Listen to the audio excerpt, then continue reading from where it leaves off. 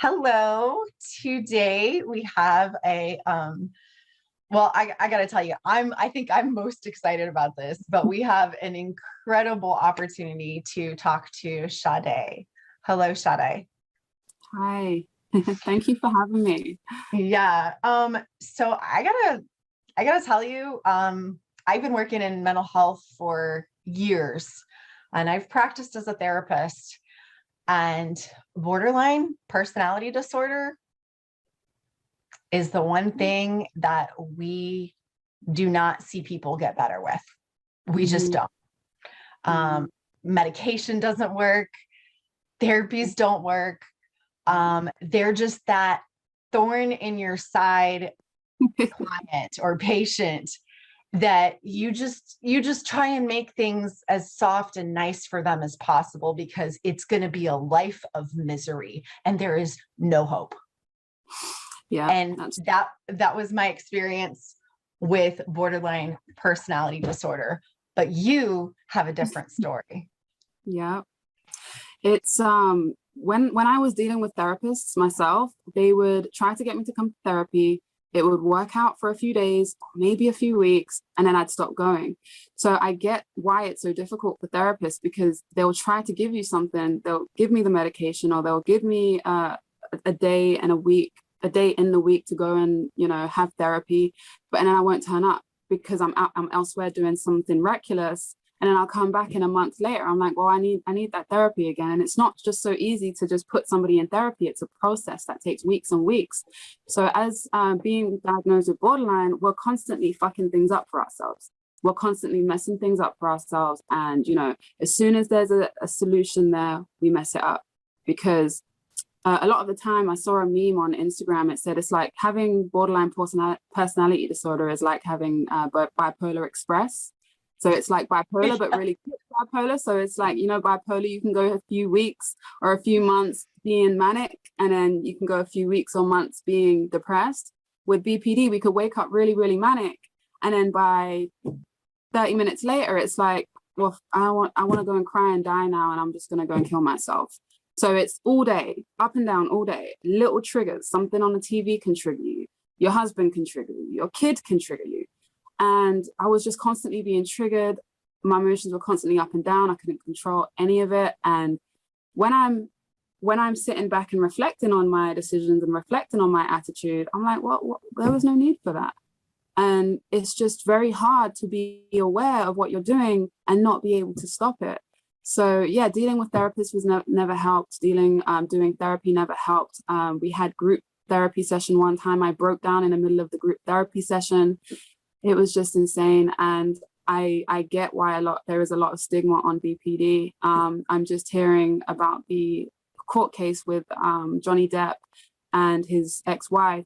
About she's just been diagnosed with borderline, and that is going to bring a whole nother kind of stigma to how the illness itself. But yeah, it's really hard to deal with, and to know that food was the culprit is just insane, because all of the medication, all of the therapy, I could have been saved 10 years ago with just eating meat.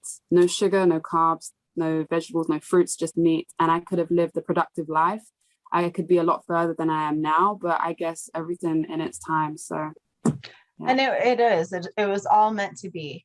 It was all meant to be. And I looked back on my mental illness and I was, mad at first that, like, screw you, society. Like, you've been judging me because I couldn't be living your little Pinterest lives. And you had a full tank. I didn't. I didn't even realize how good felt until I felt it.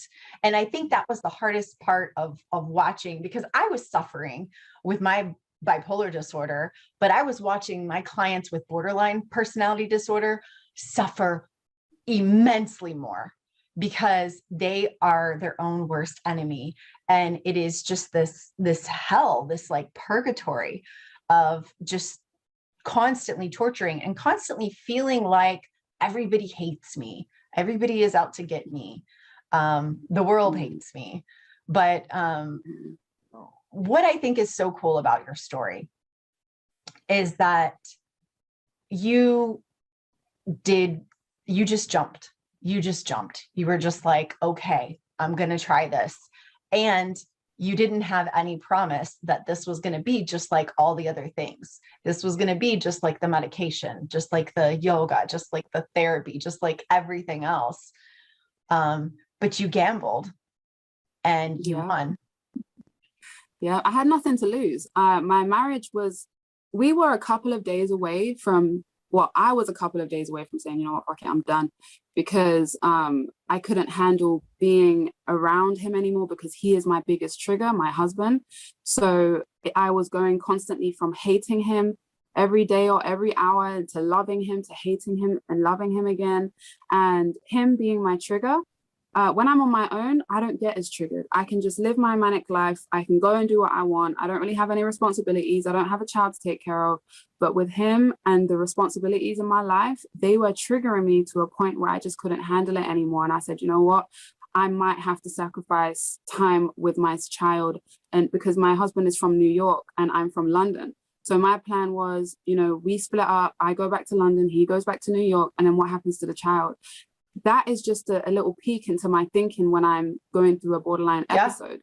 And now I'm out of it. I'm not in that anymore. If I would have made that decision then and I didn't start carnivore, we would be separated. We would be divorced. The child would be suffering, all because of a decision that I made when I was in the middle of an episode. So that's just one example of how messed up borderline had me. And with going carnivore, it was like, okay, this is my last try. And me and my husband had a conversation, because he had agreed. He was like, okay, I don't think I deserve this anymore. I think that I need to find somebody for me that can, you know, provide for me what it is that I need in my life. And it's obviously, if you're not able to do that, then we have to separate go separate ways. And I said to him, before I sort of started seeing the effects of carnivore, I was like, okay, before we do this, before we split up, before we, you know, put a child in the middle of this destruction, maybe I should try ayahuasca.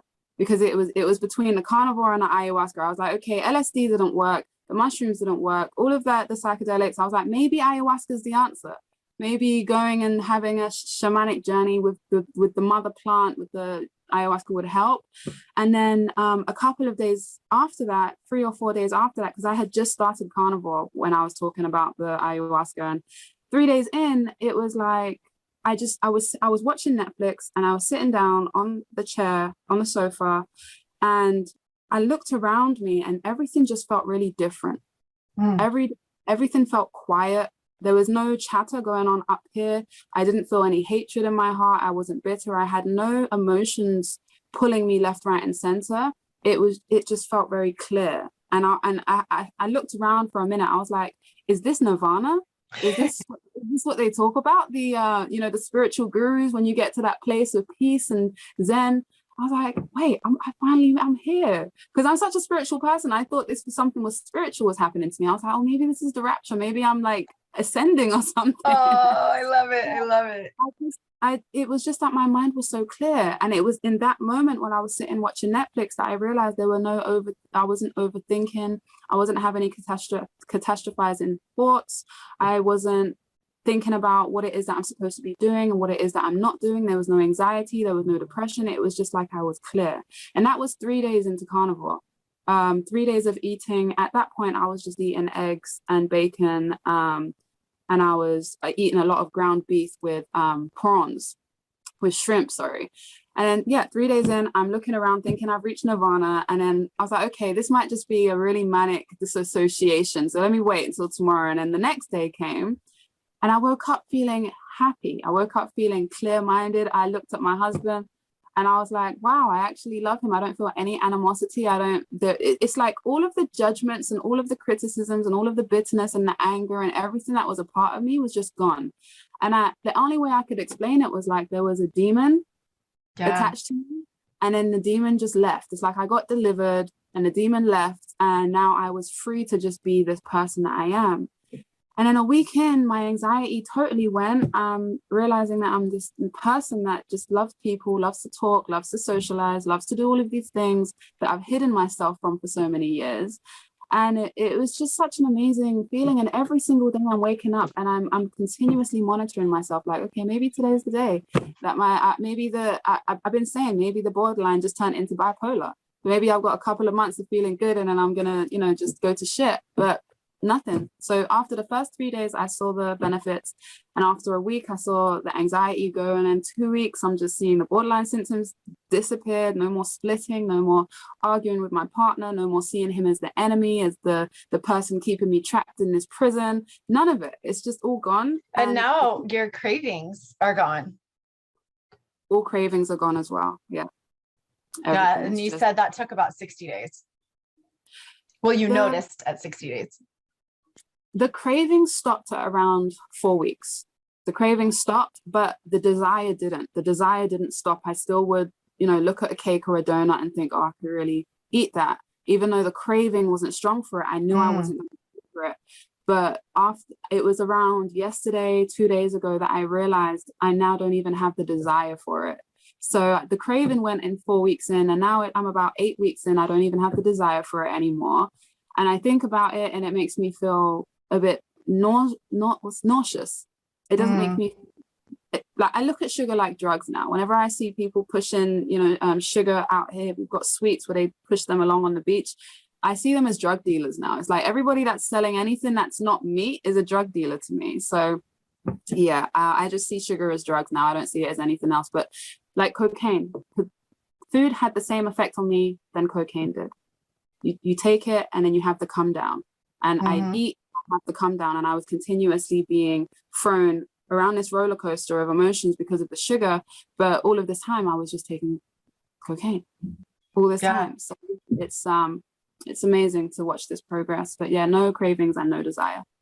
Well, and I think that that's really key that you talk about your perception, because it is like an alternate reality.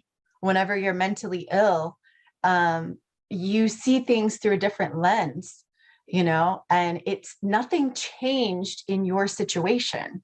You still have the same responsibilities. You still have the same husband. You still have the same child, but you are experiencing joy. And that's another reason why I titled my business Inner Clarity System, because it's about that inner clarity, about seeing things differently from within.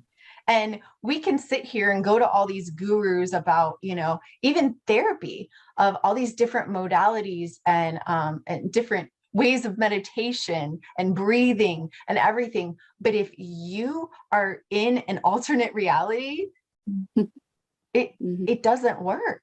You can't center yourself. You can't quiet your mind whenever there's absolute pure chaos and you're seeing everything through a different lens. No, it's not possible. I always thought the issue was spiritual too. I was convinced that it was a spiritual issue. I tried everything. Before I got married, I was going to spend around £3,000 on going on a shamanic journey to the four corners of the earth to try and heal myself, to do, the ayahuasca plant, and to purge myself of all of the things that are going on inside of me that are, driving me crazy and making me crazy. I was convinced it was spiritual. And all along to find out it was just a neurological issue. I'm so mad. I'm so fucking mad. Yeah. All neurology. I've gone on this spiritual path, a whole decade of spirituality, to find that it was a scientific thing. It was a biology thing. It's I don't want to swear on the podcast, but it's okay. No, I hear you. I hear you. And what drives me nuts now is that there's still so many people who are needlessly suffering, and they are drinking soda by the gallon, and they are eating chips by the bag, and they're eating cookies by the batch, and they're eating ice cream by the carton, and they are just continuing their mental illness. And I want to just run to them and go, well, there's another way. There's another way. But it's very difficult for them whenever they are in the middle of their mental illness to see, because they just think that I'm just another thing. They just think I'm another person just saying another thing. But that's why I need your story. That's why, we as a carnivore community need stories like this to know that the worst of the worst can get better. Yeah. Because I love you already, and I hate to say something like that to you, but that borderline personality disorder is the worst of the worst. And so, and the most hopeless. So Yeah. if you can resolve this by eating animal meat and animal fat, then it has got to give hope to other people. It has Yeah. got to. Yeah. Go It's ahead. hard because when you're showing something like this happening to someone, the rebuttal that you're always going to get is, well, it worked for her, it might not work for me. Mhm. And people will do things in the meantime, like you mentioned, the eating the cookies and eating the sugar and the sweets and stuff, because it's a temporary feel good. They want to feel good temporarily, and you can't tell somebody that feels like crap all the time that they should stop doing the one thing that's making Yes. them feel good. It's like, well, no, F you. I don't know. You're going to take the little bit of happiness that I have away from me, the little bit of peace of mind that I get. But what I want to be able to get across to people is to, the cocaine analogy and the sugar analogy. If you was doing cocaine every day, you would be feeling exactly the same as you feel now. And if you just take the drugs away, then you go through the withdrawal stage. Of course, you feel weak, you feel tired, you feel groggy, you get worse before you get better, but Yes. it's worth it. Because even with a husband, even with a child, even I live right on front of the ocean. My house is overlooking the ocean. I have so much to be grateful for. I've been in Mexico for almost 3 years, and I've only been here for 7 or 8 weeks. I've lived here for almost 3 years, but I've only been here for 8 weeks. I did not see what I had. I looked at my husband, I looked at my child, I looked at my house, and I didn't appreciate any of it. And I've only appreciated it in the last 8 weeks, and they have stuck. Well, my husband has stuck by me throughout this whole thing. But to know that other people have got lives that they could be appreciating, and family that they could be loving and appreciating, and experiences that they could be trying, and opportunities that they could be taking hold of, and they're not, because the drugs, it's all drugs. Everything that's not meat or meat based or animal protein based is drugs. And I know it sounds so left, it sounds so ridiculous and crazy, but it's something that everybody can try, because there is nothing to lose. There is nothing to lose from just giving it a try. You're not going to die from high cholesterol or having a heart attack in 30 days. It's not going to happen. It's impossible. So, it's really hard to get people to stop the short-term pleasure for the long-term effects and benefits. Absolutely. Absolutely. And that's what I do. I just encourage people just to try it, like, prove me wrong. And I have so many people who, once they do, and I tell them, I said, just do it for 30 days, just do it for 45 days. And they're like, okay, but then I can go back. And I'm like, then we'll reassess and whatever. They get to the 30 days and they're like, oh my gosh, I didn't know how good feels. I never want to go back. And I'm like, yay. I'm like, I won. Like, I get them to just try it, because there's almost like this rebellious teenager inside of them, those cravings that are like, no, give me my tacos, give me my ice cream, give me my this, give me my that, give me my ramen noodles, And so if you just tell that inner being, that rebellious teenager, okay, listen, you can have it in 45 days. Yeah. Let's just do this experiment. Let's just try. Let's just prove Emily wrong. Let's just do this. But I want to tell you, I haven't told anybody this. Well, I told my family, but I haven't talked about it publicly.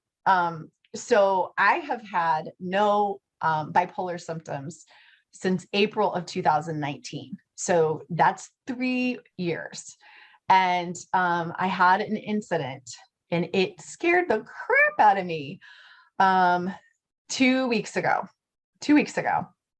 I've been trying to get my son to eat more meat. And so I came to this compromise with him, because, I'm not going to like just torture him and make him only eat meat, just because I have a problem with it. And so I gave him this compromise, and I said, okay, you can have potatoes with your meat. And he was like, He was like, okay, cool. So we went and we did this experiment where we tried 3 different ways to fry or bake French fries in beef tallow, because I was like, okay, I'm obviously not going to use seed oils for my kid, that's a no-brainer. But so we did 3 different ways to bake it or to pan fry it or to deep fry it in beef tallow. And so we were talking about the science of it and the crispiness of it. And so we did a taste test, and I should have just had my 14-year-old do the taste test, but I did the taste test with him because I was trying to prove to him that this, the deep fried was the best way to get it. Actually, no, I was trying to prove that it was baked was the way to go. And he was trying to prove that deep fried was. So, I got a little arrogant and I was just like, I've been doing this for 3 years. I can, have a handful. I had literally probably 10 French fries. Yeah. And the next day I had depression. And it wasn't just like kind of like my boat was rocking a little bit. It was like 3 years ago depression. Sure. And it floored me. And I was just like, I called my family and I was just like, I'm depressed. I'm depressed. Like, oh my gosh. I'm like, I had potatoes yesterday and it hit me like a ton of bricks. I went to bed and I slept probably an extra like 2 hours that day. And then I was just like, okay, I have to go to work. I have to do my regular schedule and this will leave my system. And it did. Within 24 hours, I was fine. And of course, I went back to eating my animal meat and my animal fat and it went, okay, I can't do experiments. Wow. But it's just crazy that even potato fries did that to you. That's how sensitive you are. and that I've been on this path for this long, for 3 years. You would think that I could have a handful of fries.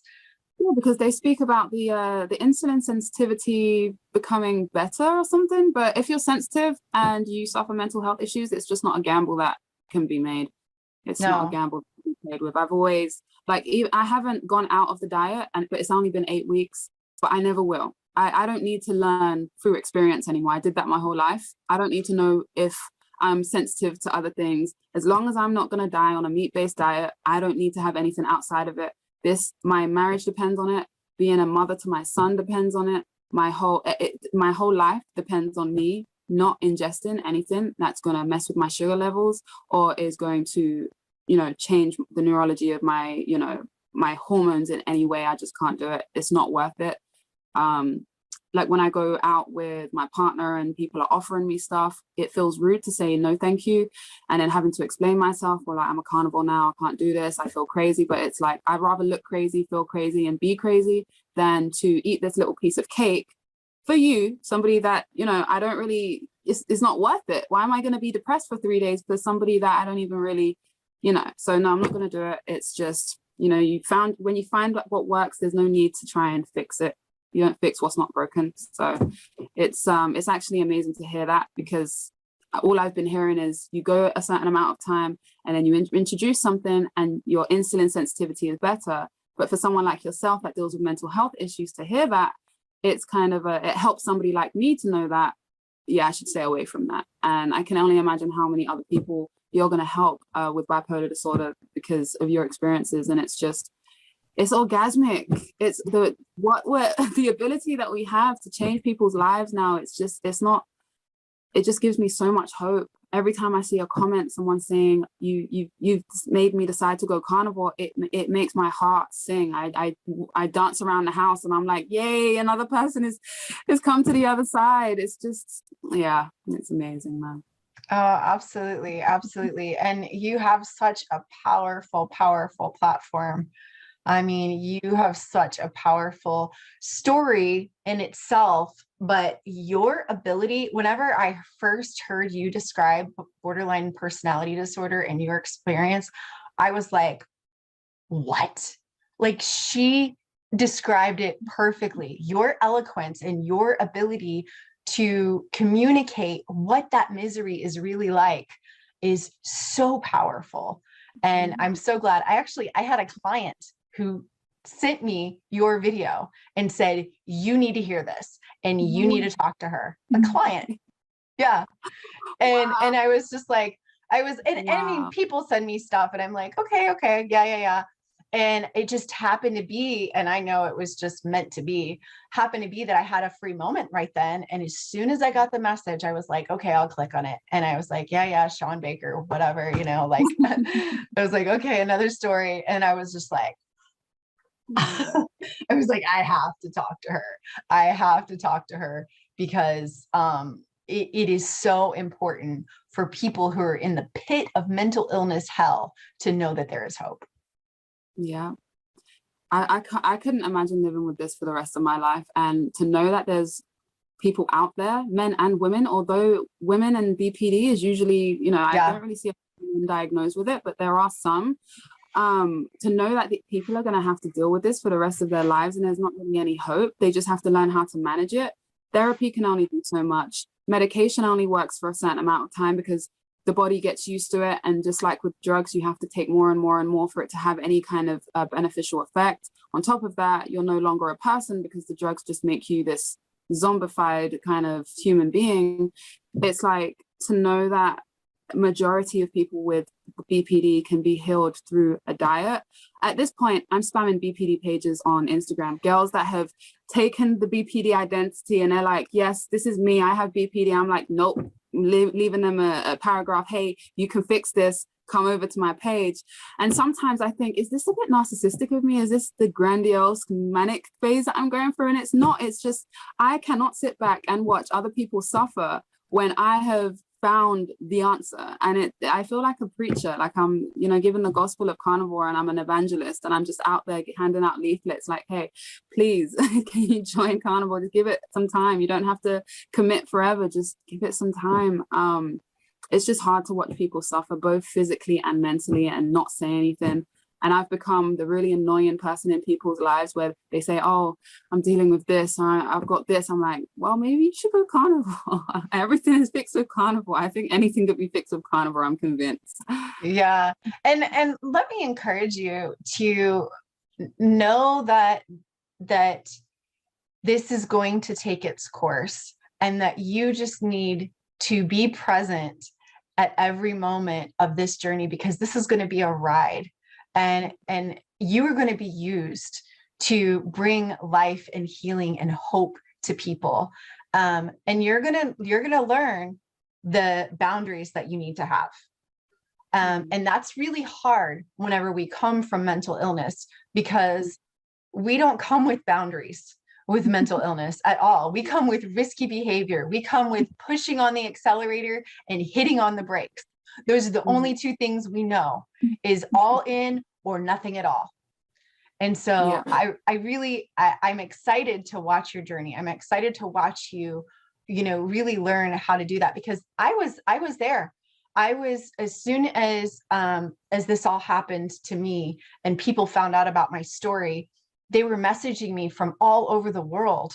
And I would stay up until like 2-3 o'clock in the morning answering their questions because they were laying in bed and they couldn't even get up enough to go to the doctor. They couldn't even get up out of their bed to do anything, but they could message me and I was giving them hope. And then I realized, okay, yes, I can help people, but that's why I started my YouTube channel. And I'm so glad that you started your YouTube channel and you started your Instagram because that will give you a filter. That will give you an opportunity for you to just go, okay, here's my boundary. Here's my boundary. I can't stay up, till 2 or 3 o'clock in the morning. I need to sleep. I will help you tomorrow. I will help you later. Or here's a video. I already answered this question. I can't tell you how many questions I answered repeatedly, the same questions. And that's why, honestly, it's really important to make a video to just go, okay, here you go. Here's my story. But I don't want you to ever let go of your light because your light is bright and it's getting brighter every day. And I'm so excited to see what happens with your experience as now you are alive. Yeah. Yeah, Yeah. I've only just come to life. I've been dead for so long.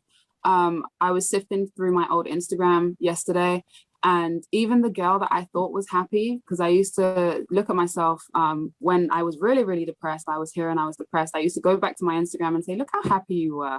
And today, and like yesterday, I was going through, I was like, oh my God, you thought this was happiness? This dark, drug overwhelmed, taking drugs, reckless behavior. You thought this world that you was in, this unrealistic reality that you was living in was happiness? I'm like, no, there's no way but I convinced myself that that was happiness once upon a time, because that was all I knew. I had Yeah. the cloud constantly over me. It was always over me, but I thought, okay, at least I have my physical freedom. I was just looking at the things that I should be grateful for whilst going through the motions. And, now that I'm at a point where I can help other people, I want to help other people. I have started the YouTube, I have started the Instagram, because I've seen it happen already. I'm getting lots and lots and lots of questions, and I'm not going to have, at one point when it builds up, I'm not going to have the energy to be able to respond to everyone. So I'm making sure that I start the foundation right, which is something I've never been able to do. I've never been consistent with anything in my life. I've never built a foundation or any kind of stability for myself. I've always started building things on shaky ground. So then when it builds up to a certain point and I crumble, I have to start all over again. Whereas now I have my marriage, I have my child, I have my house, I have my work. I'm a musician, I have my, and now I have this, and I'm staying consistent with it. Whereas before I would only be able to really do one thing, and then I'll do it for a little bit and then I'd give up. That's another thing about BPD, is not having any identity. I didn't have an identity. I didn't know who I was. So sometimes I'm like, ew, I'm married. I'm a wife. What? I woke up and I'm married. What? How did that happen? Because even my marriage story happened during a manic phase. And Yeah. I'm glad it worked Yep. out, because he was my true love. But I got married in Vegas. I Yeah. went to Vegas and got married after knowing someone for 2 months. Yeah, I tell my husband all the time, I said, I wouldn't have married you if I wasn't bipolar, but I'm so glad. It was the best decision I ever made to marry my husband. But I can look back at my mental illness and know that I would have never made that decision. I would have never made that decision. But I'm Yeah. so grateful that I did, that that I was protected. Yeah. And thank God for the men that can stand by these crazy women. Wow. So I'm so thankful. I'm so thankful that you broke through to the other side, and that you are not suffering from the mental illness anymore. And I know that the best is yet to come, because Sade, I am not the person that I was 2 years ago. I am not the person that I was 1 year ago. Mhm. It continues. It just keeps getting better. There's just more and more moments of healing that happen. I don't know if you know my story, but I had a tragedy happen in my family a year after I had been carnivore. And if that had happened to me before carnivore, it would have leveled me. I really, I don't know if you've ever been suicidal, but I think that if that had happened to me without carnivore, I really don't know if I would have recovered. But I did. And I wasn't just like, I kind of got through it, like I sailed through it. Like I had this peace in the middle of the storm going, oh, I see this happening and this happening and this happening, but I'm okay. Like I was okay, and it resolved and everything's fine. It took like a year and 9 months for it to resolve. So it was torture for a long period of time, but I was okay because I kept eating animal meat and animal fat. And it didn't occur to me once to kill myself. It didn't even register for me to take myself out of be in the misery. So I'm really excited to see how this is going to heal you even more and more and more. So that's the thing about mental illness is, when something happens to you, it's not just like it happening to a normal person. It's not just a normal kind of grief. It's, especially with something like BPD as well. With BPD, you can think about something and go through grief as if someone just died. Yes. I used to think about scenarios and I would cry. I would feel like it had already happened because I was living in the experience as I was thinking about it. And now I'm like, well, if I know it's not a good thing to think about, but these are the same thoughts I had when I was dealing with the BPD. But I'm like, okay, so now if this was to happen, I would actually feel, you know, I'd be able to deal with it. It wouldn't feel like I'm mourning a situation. I would know that I could get through it. I know that, you know, I'd be able to deal with it and not have the catastrophic thinking and be up and down and let it ruin my whole life. I now think about the catastrophic thoughts that I had before, and they have no effect on me. So I get what you're saying, because I've thought about that. If a traumatic situation happens, now we have the tools to be able to deal with it. It's like 20 years of therapy in a few months or a few years. It's amazing. So every day I'm more amazed at what this does. I'm hearing it helps to reverse Parkinson's, Alzheimer's, diabetes, arthritis, multiple sclerosis. Multiple sclerosis. It's like, when does the list stop? Every day I'm discovering, like, fibromyalgia. I just found out 2 days ago there's a whole bunch of people that are healing from, they're helping their symptoms of fibromyalgia. When does it stop? It's a really beautiful thing. And it's a very shocking thing, because meat is the last thing that all of us ever thought was going to be the thing to heal us, because we've always been told to stay away from it. And I've always been a conspiracy theorist. I always knew they were lying to us about some stuff, but I didn't think it was everything. I didn't think they were lying about absolutely everything. So now to come to find out meat isn't the cause of heart disease and, you know, gonna make me drop dead. It's shocking, it's beautiful, and I'm happy to be a part of this secret society of carnivores and to get the word out. Yeah, and fat. I think that fat is the most shocking thing, because I even have people who are carnivore who come to me with mental illness, and they're like, I've been carnivore, blah, blah, blah, blah. And I'm like, okay, what do you eat? And they eat lean meat and they don't eat enough fat. And I'm like, increase your fat. They increase their fat, and within a week, they have joy. They have clarity of thought. They have everything. And I'm just like, it was the fat. It was the fat. Mm-hmm. Who would have thought? That's the one thing that they tell us, you know, eat low fat. And, you know, it's such a lie. You're absolutely right.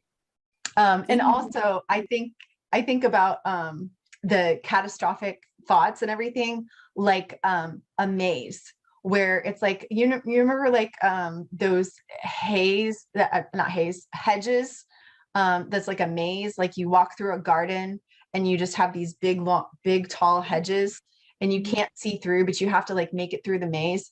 That's how my life was. That like, oh my gosh, I came up to a dead end. It's the worst thing in the whole world. Oh my gosh, this is horrible. Or, oh my goodness, I went a wrong turn and this is never going to end. I'm never going to get to the end of it. And now it's just like, oh, I see the maze, and I can see that, okay, this is not a big deal. I just need to turn right. Oh, and then I see up ahead, I'm supposed to turn left. And then it's just like, I see I'm going to navigate my way through this. Like, it's not a big deal. And it's going to be okay. That's the main thing. That's the main thing. And I don't know whether it's the dopamine, the serotonin, whatever it is, everything is going to be okay. I've been listening to Bob Marley's Everything's Going to Be All Right a lot lately. Yes. Because I used to always listen to it for comfort. And now I can listen to it and resonate with it. Like, wow, everything is really going to be okay. Even if so-and-so dies, I'm going to be okay. Yes. Even if I break a leg, I'm going to be okay. Even if something happens that's really, really terrible, I'm going to be okay. Unless I die, and then I'm still going to be okay. It's like everything's going to be okay now. And before, everything was just going to be turned to shit. Everything was just going to be, you know, I'm going to ruin my life, and this is going to ruin my life, and this is going to be really, really bad or really, really good. And then, yeah, it's just. Well, and I remember I had a friend that was BPD, and she said whenever she would meet somebody new and she would have a good connection with them, and she was just like, well, this is good for now, but they're going to stab me in the back. They're going to betray me. They're going to hurt me, because everyone hurts me. Everyone hurts me. And I'm just like, ugh, like but there was no way. And then who really knows if that's like a self-fulfilling prophecy, that the people do stab her in the back and do hurt her because she said that that's what's going to happen. Because she expects it. Yeah, that's the thing. That's another thing that I had a issue with detachment. I wasn't an attached type of person, because I believed that everybody was going to leave. I had some experiences in childhood where, you know, I was in Nigeria for a little bit, and just some things that happen where I realize, okay, not everyone's going to be there all of the time for me. So I have to kind of be okay with being on my own. Yeah. So even with my husband, I haven't been able to attach to him until like the last couple of weeks, because I said he could walk out the door and he could die in a car crash. So I'm not going to get myself attached. So then I have to mourn him when he dies. Very, very narcissistic and selfish kind of thoughts. But it was me deciding not to attach to him because he could die at any minute.